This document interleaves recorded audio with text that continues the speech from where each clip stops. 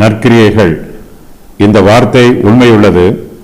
தேவனிடத்தில் விசுவாசமானவர்கள் நற்கிரியைகளை செய்ய ஜாக்கிரதையாய் இருக்கும்படி நீ இவைகளை குறித்து திட்டமாய் போதிக்க வேண்டும் என்று விரும்புகிறேன். இவைகளே நன்மையும் மனுஷருக்கு பிரயோஜனமும் ஆனவைகள். நம்முடைய நற்கிரியைகளினால் நாம் ரட்சிக்கப்படுவதில்லை. தேவனுடைய கிருபையினாலும் அவருடைய இரக்கத்தினாலும் மாத்திரமே நாம் ரட்சிக்கப்படுகிறோம். அப்போஸ்தலர் பவுல் இந்த சத்தியத்தை தெளிவாக எழுதுகிறார். கிறிஸ்துவை பற்றும் விசுவாசத்தினால் மாத்திரமே நாம் நீதிமான்கள் ஆக்கப்படுகிறோம். தேவன் தம்முடைய கிருபையை நமக்கு அதிக அளவில் கொடுத்திருக்கிறார்.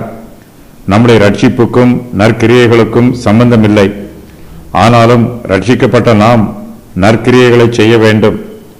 தேவன் நமக்கு நியமித்திருக்கிற கடமைகளை நாம் உண்மையோடு நிறைவேற்ற வேண்டும். தேவனிடத்தில் விசுவாசம் உள்ளவர்கள் நற்கிரியைகளை செய்ய ஜாக்கிரதையாய் இருக்க வேண்டும். நாம் நற்கிரியைகளை செய்ய வேண்டும் என்பது தேவன் நமக்கு நியமித்திருக்கிற கடமை. நாம் செய்கிற நற்கிரியைகளினால் நமக்கு ரட்சிப்பு உண்டாகாது. ஆனாலும் நாம் நற்கிரியைகளை செய்ய வேண்டும். தேவனுடைய கட்டளைக்கு கீழ்ப்படியாமல் நம்மால் தேவனுடைய ஆசீர்வாதங்களை பெற்றுக்கொள்ள முடியாது. தேவனுடைய கிருபையும் இரக்கமும் நமக்கு வேண்டுமென்றால் தேவன் நமக்கு கொடுத்திருக்கிற கட்டளைகளை நிறைவேற்றுவதும் அவசியமாய் இருக்கிறது. கிறிஸ்துவை பற்றும் விசுவாசத்தினால் நாம் ரட்சிக்கப்படுகிறோம்.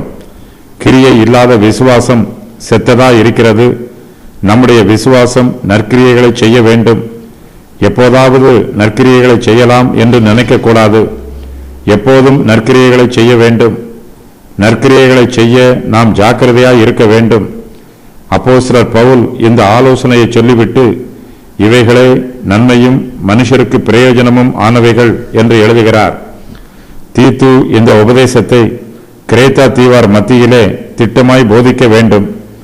நம்முடைய கர்த்தராகிய இயேசு கிறிஸ்து நாம் செய்கிற நற்கிரியைகளின் நிமித்தம் நம்மை ரட்சிப்பதில்லை என்னும் சத்தியத்தை போதிக்க வேண்டும். கிறிஸ்துவானவர் தம்முடைய கிருபையினால் நம்மை ரட்சிக்கிறார் என்னும் சத்தியத்தையும் போதிக்க வேண்டும்.